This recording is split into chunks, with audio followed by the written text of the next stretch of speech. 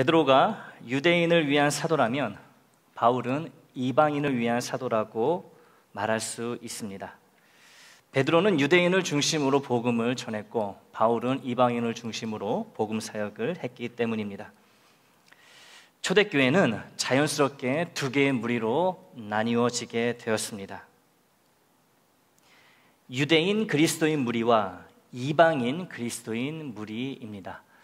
지난 주일에 출신 성분으로 차별하는 폐쇄적인 우리가 되면 안 된다는 말씀을 나누었습니다.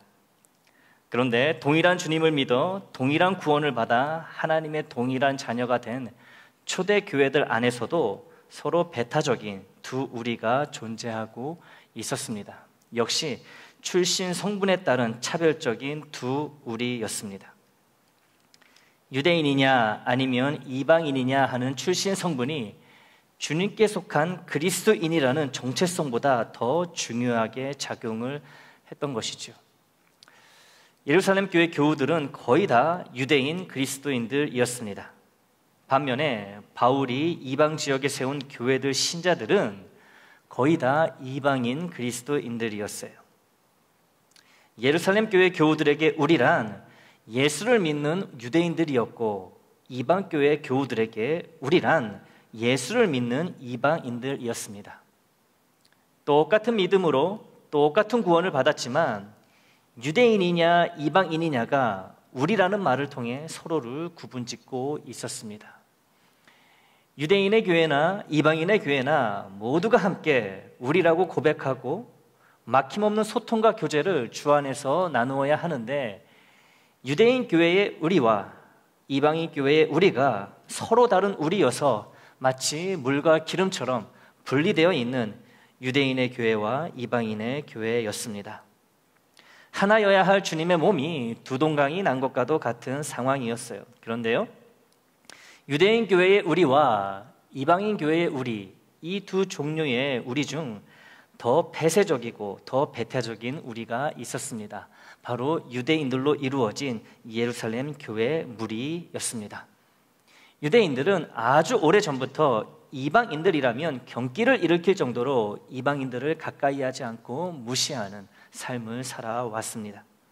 그래서 주님을 믿어 구원을 받아 그리스도인이 되었지만 오랜 세월 이어져 온 이방인들에 대한 혐오가 그들의 잠재의식 가운데 켜켜이 쌓여 있었어요.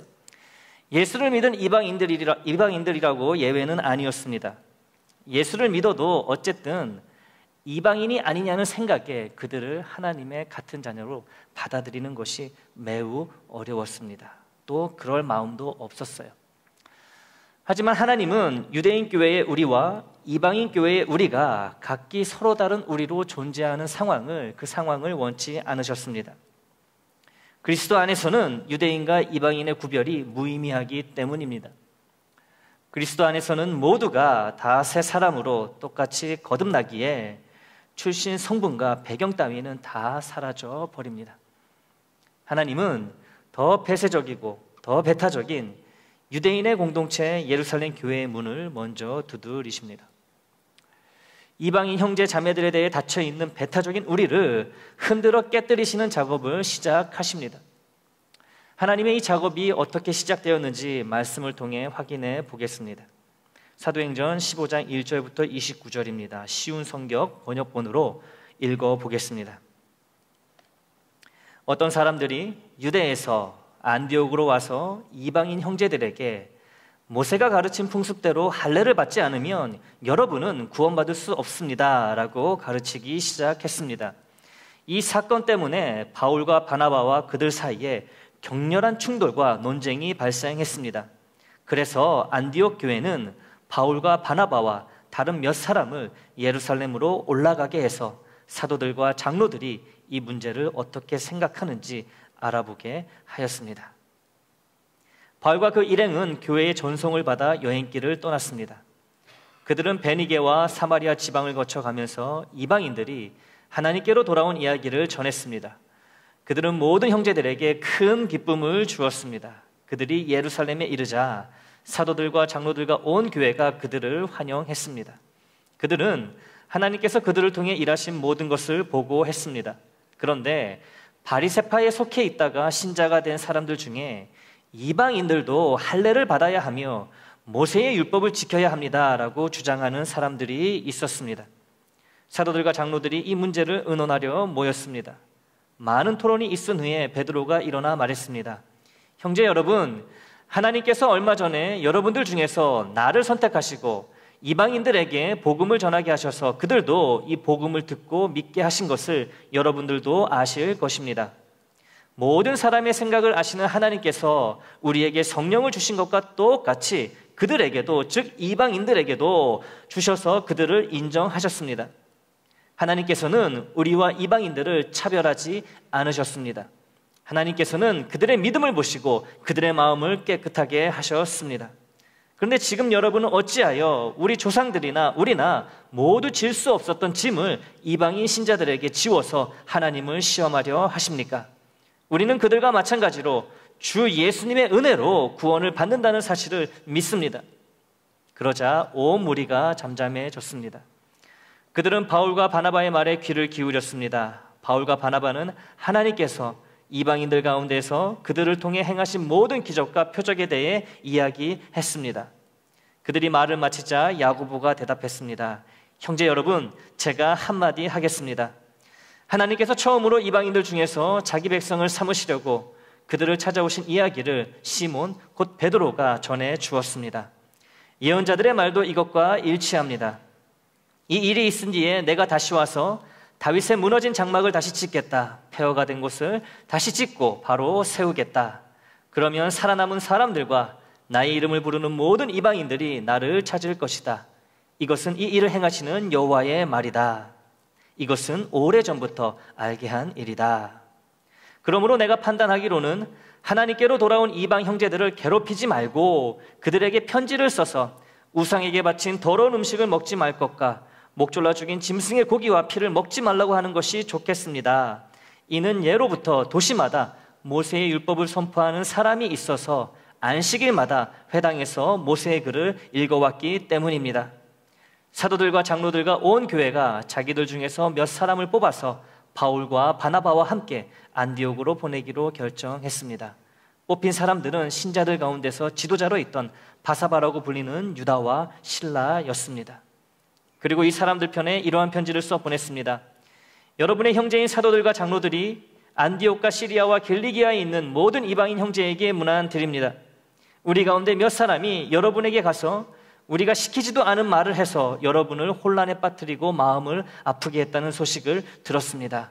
그래서 우리는 몇 사람을 뽑아 사랑하는 형제 바나바와 바울과 함께 여러분에게 보내기로 의견 일치를 보았습니다. 바나바와 바울은 우리 주 예수 그리스도의 이름을 위해 자기 목숨도 내놓은 사람들입니다. 그래서 우리는 우리가 쓴 편지의 내용이 사실임을 분명히 하려고 그들과 함께 유다와 실라를 보냅니다. 여러분에게 다음에 말하는 요구사항 이외에 다른 어떠한 짐도 지우지 않는 것이 성령과 우리의 생각입니다. 이어서 오늘 본문 말씀이 나오지요. 29절입니다. 우상에 바친 제물과 피와 목졸라 죽인 짐승의 고기를 먹지 마십시오. 그리고 음란한 어떤 행동도 하지 마십시오. 이런 일만 지키면 잘 될 것입니다. 그럼 안녕히 계십시오. 이방인 형제 자매들을 주 안에서 한 형제 자매로 받아들이지 않고 있던 폐쇄적이고 배태적인 예루살렘 교회 교우들이었습니다. 하나님은 그들의 다친 마음을 여시기 위해 이방 교회였던 안디옥 교회에 한 사건이 일어나게 하십니다. 그리고 그 사건을 사용하셔서 유대인의 믿는 공동체인 예루살렘 교회와 이방인의 믿는 공동체인 안디옥 교회 사이에 일치와 연합이 이루어지도록 이끄셨습니다. 예루살렘 교회 교우였던 몇몇 형제들이 이방 교회인 안디옥 교회에 가서 믿음만 갖고서는 구원을 받지 못하고 믿음과 함께 할례를 반드시 받아야만 구원을 받는다는 저주받아 마땅한 거짓 복음을 전하는 사건이 발생합니다. 이 거짓 복음에 바울과 바나바가 격렬히 저항합니다. 바나바와 바울이 그때 안디옥 교회에 있었거든요. 상황의 심각성을 인지한 안디옥 교회 사도들과 장로들이 모여 의논을 합니다.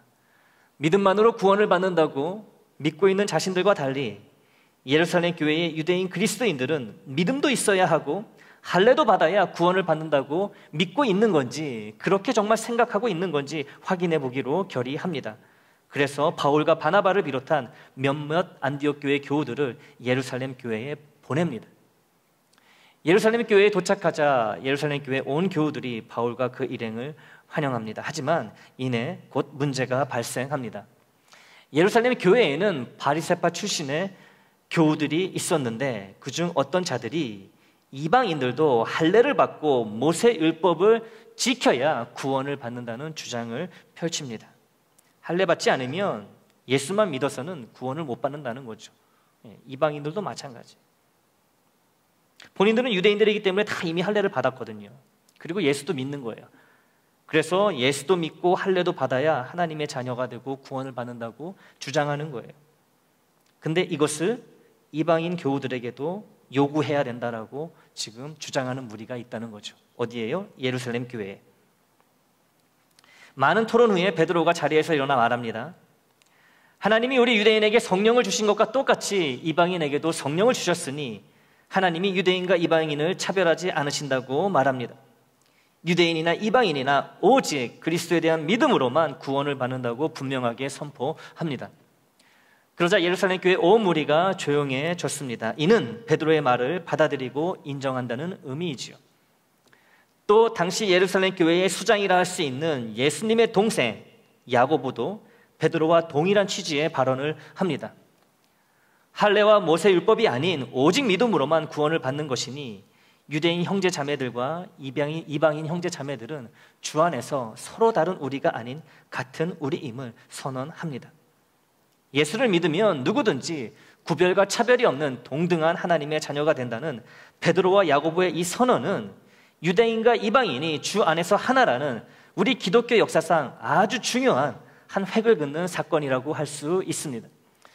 지금까지 이방인 형제 자매들을 온전히 용납하지 못하고 우리와 그들이라는 이분법적 사고로 지내왔던 예루살렘 교회가 안디옥 교회에서 벌어진 한 사건을 시작으로 주 안에서 이방인 형제 자매도 한 가족으로 인정하고 받아들이게 되었습니다. 하나님의 놀라운 섭리가 아닐 수 없습니다. 우리 하나님의 섭리는 이처럼 큰 문제, 심각한 문제를 통해서도 모두에게 선한 결과와 유익을 가져오는 것을 보게 됩니다. 안디옥 교회가 거짓 복음을 전하는 유대인 형제들의 방문으로 큰 어려움에 처하게 되었지만 그들은 함께 모여 기도하고 머리를 맞대고 함께 고민했습니다. 그 결과 바울과 몇몇 교우들을 예루살렘 교회에 보내어 사건을 해결하고자 하는 바른 결정을 내릴 수 있었습니다. 예루살렘 교회도 마찬가지입니다. 안디옥 교회에서 사람들이 와서 믿음과 할례 문제를 이야기하자 예루살렘 교회의 사도들과 장로들을 중심으로 함께 모여 논의를 합니다. 그러자 할례 받지 않은 이방인들을 비록 그들이 예수를 믿는다고 하지만 그들을 형제자매로 받아줄 수 없는 폐쇄적이고 배타적인 우리가 예루살렘 교회 안에 흐르고 있다는 것을 깨닫게 되고 이 문제를 바로잡게 됩니다. 본인들의 문제를 보게 된 거예요. 그리고 그 문제를 바로잡게 된 것이죠. 이처럼 온 교회가 어려운 문제를 만나거나 힘든 상황에 처하게 될 때 중직자들을 중심으로 함께 모여 기도하고 함께 생각을 나누며 정리할 때 그 문제 때문에, 그 위기 때문에 오히려 복을 받게 되는 하나님의 섭리를 경험할 수 있습니다. 우리 애장교회도 안디옥 교회와 예루살렘 교회처럼 교회의 문제와 위기의 때마다 교회를 사랑하고 주님의 뜻에 따르고자 하는 한 마음으로 함께 모여 기도하고 생각을 나눔으로써 문제와 위기를 은혜와 복의 기회로 삼는 하나님의 놀라운 섭리 가운데 든든히 서가게 되기를 축복합니다. 무엇보다 안디옥 교회와 예루살렘 교회의 중직자들처럼 우리 교회 중직자들도 온 교우들이 믿고 따를 수 있는 훌륭한 영적 리더들이 다 되시기를 축복합니다. 할례와 모세 율법에 상관없이 유대인 신자들이나 이방인 신자들 모두가 차별과 구별 없이 똑같은 구원의 은혜와 똑같이 하나님의 자녀가 되는 권세를 받았다고 인정한 예루살렘 교회의 수장 야고보입니다. 예루살렘 교회를 대표하는 예수님의 친동생 야고보가 주 안에서 유대인이나 이방인이나 동일한 믿음을 갖고 있으면 동일한 구원을 받았고 동일한 하나님의 자녀이니 우리가 다 같은 우리라고 선포합니다. 예루살렘 교회를 대표하는 야고보가 인정한 것이니 곧 예루살렘 교회 전체의 인정이라고 볼 수 있습니다. 그런데요, 서로 다른 우리가 아니라 주 안에서 같은 하나의 우리라고 인정한 야고보와 예루살렘 교회 온 교우들이 만장일치로 다음과 같은 말을 편지에 기록하여 안디옥 교회 이방인 형제 자매들에게 보내고 있습니다. 오늘 본문 사도행전 15장 29절이에요. 우상의 제물과 피와 목매어 죽인 것과 음행을 멀리 할지니라 명령하고 있습니다. 이에 스스로 삼가면 잘 되리라 평안함을 원하노라 하였더라. 이런 내용의 편지를 바울과 바나바의 손에 들려서 보내는 거예요. 안디옥 교회 이방인 형제 자매들에게. 뒤끝이라는 말이 있습니다. 뒤끝. 뒤끝은 주로 좋지 않은 의미로 사용되지요. 그래서인지 많은 사람들이 나는 뒤끝이 없는 사람이야 라고 말하곤 합니다. 나는 뒤끝이 있는 사람이야 라고 말하는 사람은 제가 들어본 적이 없어요. 대부분 나는 뒤끝이 없어 라고 말을 합니다. 이 말에는 뒤끝이 있으면 안 좋다는 의미가 잘 반영되어 있는 것이죠. 하지만 나는 뒤끝이 없는 사람이야 라고 자랑하듯 말하는 사람을 조심해야 합니다. 어떤 사람들이 나는 뒤끝이 없다고 말하냐 하면, 잘 들으세요, 하고 싶은 말 다 하고 하고 싶은 대로 다 해서 상대방을 힘들게 하고 상처를 주는 사람들이 이런 말을 해요. 그래 놓고는 자기는 뒤끝이 없다 그래요. 자기는 힘들 게 없고 답답한 것도 없고 후련하기만 한데 뒤끝이 있을 리가 없지요. 뒤끝이 어떻게 생기겠습니까? 뒤끝이 없다고 말하는 사람일수록 다른 누군가에게 당하는 입장이 되면 뒤끝이 아주 장렬할 것입니다. 뒤끝이 없는 사람이 어디 있을까요? 누구에게나 다 뒤끝이 있습니다. 없다는 말은 거짓말이에요. 다 있어요. 다만 믿는 우리는 우리에게 있는 뒤끝을 믿음으로, 성령의 능력으로 선하게 잘 처리해야 합니다. 이 뒤끝 이야기를 하는 이유는 야고보와 예루살렘 교회 교우들이 안디옥 교회의 이방인 교우들에게 이 뒤끝을 부리고 있는 것처럼 보이기 때문에 그래요. 오직 믿음으로 구원을 받아 하나님의 자녀가 되었으므로 유대인 신자나 이방인 신자나 모두 차별이나 구별 없이 한 가족이라고, 하나의 우리라고 선언한 야고보와 예루살렘 교회 교우들이 갑자기 이방인 교우들에게 금지 조항을 들이밀고 있습니다. 마치 이 금지 조항 안 지키면 안디옥 교회의 이방인 신자들과 하나의 가족, 하나의 우리가 될 수 없다는 협박처럼 보이기까지 하는 내용이에요. 할례받지 않은 이방인들을 아무 조건 없이 한 가족으로 받아들이고 나니 신기가 불편해져서 이렇게 곱게 그들을 받아줄 수 없다는 듯이 이 뒤끝을 부리고 있는 것만 같아요. 편지의 내용이 그래요. 오늘 본문의 내용이. 그도 그럴 것이, 음행을 제외하고 나면요, 음행을 제외하고 논외로 한다면 우상에게 바친 제물과 피와 목매어 죽인 것을 먹지 않는 것은 유대인들에게만 해당하는 사항으로 이방인들에게는요 아무런 문제가 되지 않는 것들입니다. 더군다나 믿음으로 먹으면, 다 하나님이 주시는 음식으로 먹으면 제사 음식이든 동물의 피든 목매어 죽인 짐승의 고기이든 다 묵어도 문제가 되지 않습니다. 바울이 이미 로마서에서 다 이야기한 부분이에요. 믿음으로 먹으면 아무 문제가 되지 않습니다. 이처럼 유대인 교우들에게만 상관이 있고 이방인 교우들에게는 아무런 상관이 없는 것들을 하지 말라고 금하고 있는 것은 야고보와 예루살렘 교우들이 정말로 이방인 교우들을 한 형제 자매로 받아들이고자 하는 건지 그 진정성을 의심하게 만든다는 거지요. 이 조건을 걸고 있잖아요. 그것도 유대인들에게만 해당하는 조건을 이방인들에게 강요하고 있어요. 부탁도 아니고 권면도 아니고 명령하고 있어요. 하지 말라고. 주 안에서 모두가 하나라고 인정했으면 거기서 끝나야지 왜 토를 달고 조건을 달아 이방인 교우들의 자유를 침해하고 있는 건지 모르겠습니다. 뭘 먹든 무슨 상관이에요. 우리가 안디옥 교회의 이방인 교우들이라면 예루살렘 교회의 이 같은 편지 내용에 상당히 불쾌하지 않겠습니까? 뭐 이런 사람들이 다 있어. 에이 치사하다, 우리끼리 신앙생활 잘하자, 이렇게 서로 다독이며 넘어가지 않겠습니까? 누군가가요 나와 친구가 된 기념으로 밥을 사준다 해서 같이 식당에 갔습니다. 밥을 사주는 사람이 밥을 먹는 나한테 젓가락질은 왜 그렇게 하냐는 등 김치는 왜 이리 많이 먹느냐는 둥, 밥은 반 공기만 먹고 나머지 반은 투고해서 가져가라는 둥, 안 그러면 밥값 안 내준다는 둥. 이러면 참 치사하다는 생각이 들 수밖에 없지요.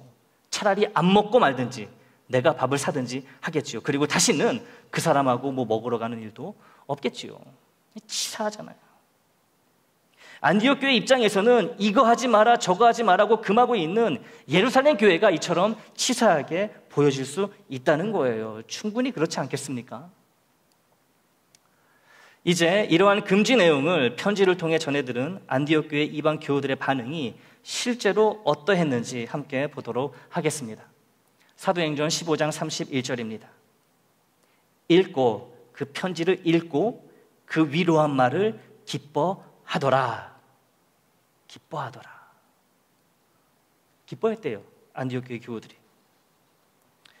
우상의 제물을 먹지 말고 동물의 피도 먹지 말고 목매어 죽인 동물의 고기도 먹지 말라는 금지와 제약의 말을 들은 안디옥 교회 이방인 교우들은 이 말씀을 권면과 격려의 말씀으로 받아들여 기뻐했다고, 즐거워했다고 성경은 전하고 있습니다. 우리의 예상과 완전히 다른 반응이지요. 크게 불쾌해하면서 예루살렘 교회 교우들을 비난하는 대신 오히려 기뻐하고 있는 안디옥 교회 이방인 교우들을 우리는 마주하게 됩니다. 그들은 어떻게 이런 말에, 이런 편지 내용에 기뻐할 수 있었을까요? 그 이유는 안디옥 교회 교우들의 마음에 예루살렘 교회 교우들에 대한 배려가 있었기 때문입니다. 안디옥 교회 이방인 교우들은 유대인인 바울과 바나바를 통해 유대인들의 오래된 식습관 문화에 대해 잘 알고 있었을 거예요. 우상에게 바쳐진 음식과 동물의 피와 목매어 죽인 동물의 고기를 먹는 것이 유대인들에게 얼마나 혐오스러운 일이며 견딜 수 없는 일인지 잘 알고 있었다는 것이지요. 바울과 바나바를 통해서 분명히 들었을 것입니다.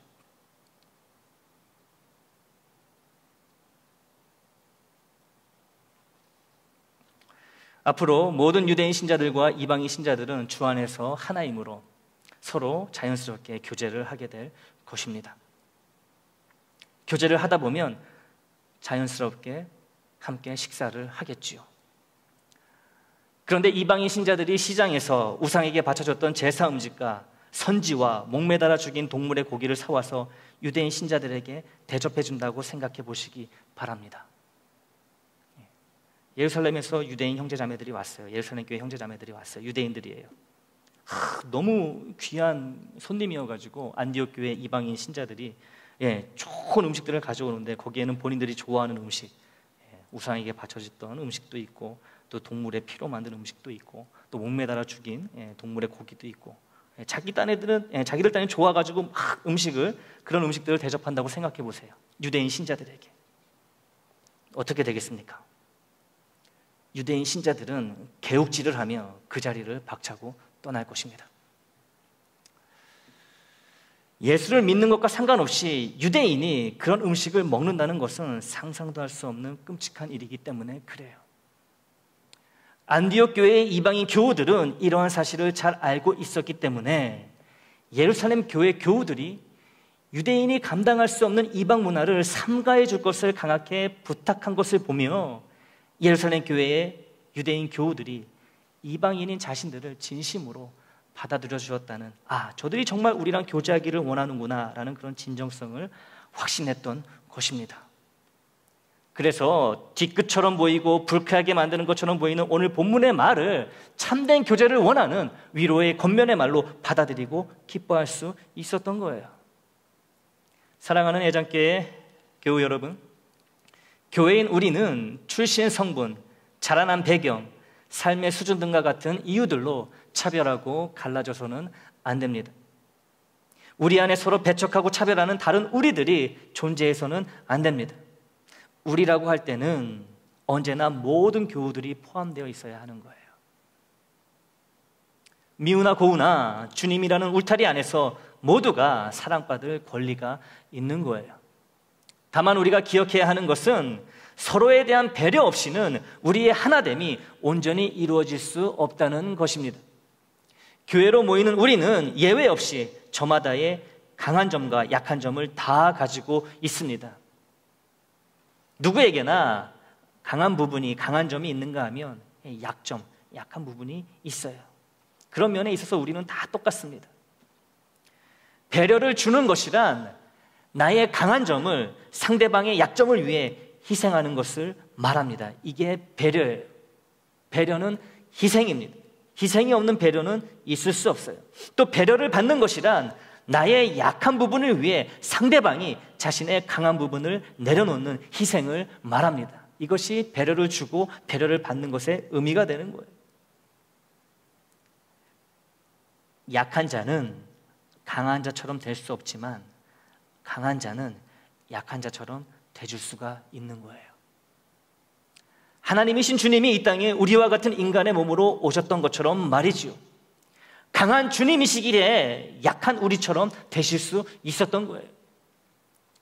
주님이 이 땅에 오신 사건은 사랑의 사건이면서 동시에 우리를 향한 배려의 사건이기도 합니다. 주 안에서 차별과 구분이 없는 하나됨을 이루고 유지하기 위해서는 서로가 서로의 연약함을 위해 자기의 강함을 내려놓는 그런 희생과 배려가 있어야만 합니다. 안디옥 교회의 이방인 교우들은 우상에 바친 음식을 먹지 않아도 다른 먹을 것이 많았어요. 동물의 피를 안 먹어도 살아가는데 아무런 문제가 없었습니다. 목매달아 죽인 동물의 고기가 아니더라도 다른 고기를 얼마든지 먹을 수 있었어요. 가끔 이런 것들이 먹고 싶을 때가 있었겠지만 예루살렘 교회의 유대인 교우들과의 하나됨과 교제를 위해 충분히 참을 수 있었다는 것이지요. 예루살렘 교회 교우들을 배려했던 거예요. 안디옥 교회 이방인 형제 자매들이 자기들의 것을 내려놓은 거예요. 희생한 거예요. 안디옥 교회 교우들은 이스라엘 교회 교우들의 연약한 부분을 위해 자기들의 강한 부분을 내려놓았습니다. 안디옥 교회 교우들은 이런 배려를 할 줄 아는 성숙하고 멋진 그리스도인들이었어요. 참 멋있습니다. 우리가 봐서는 예루살렘 교회가 다 포용하고 인정해줘야 될 것 같은데 오히려 이방인 신자들이 예루살렘 유대인 교인들을 배려하고 있어요. 믿는 자들이 서로 사랑해야 한다는 주님의 계명은 믿는 우리가 서로의 연약한 부분을 배려해 주라는 명령과도 같습니다. 이 사랑과 배려는 동일한 거예요. 배려는 내가 충분히 할 수 있고 해도 별 문제가 안 되는 일이지만 상대방의 유익을 위해 하지 않는 것입니다. 이게 배려예요. 성경은 배려하는 자를 강한 자라 하고 배려받는 자를 약한 자라고 합니다. 강한 자는 선하고 약한 자는 악하다는 의미가 아니라 강한 자나 약한 자나 둘 다 귀하고 소중한 존재이지만 믿는 우리가 서로 하나 되기를 원하시는 하나님의 뜻에 따라 배려를 하는 사람과 배려를 받는 사람이 반드시 필요하다는 의미입니다. 차별과 무시가 없는 하나된 우리 애장을 위해 우리는 서로에게 배려해주는 존재가 되어 주어야 합니다. 내가 배려를 해야 나도 다른 교우에게 배려를 받을 수 있다는 사실을 명심하시기 바랍니다.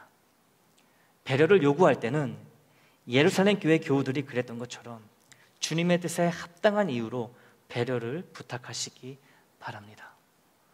주님의 뜻과 무관한 이유인데 배려라는 포장지로 그럴싸하게 포장해서 다른 이들을 괴롭게 하지 않도록 조심해야 합니다.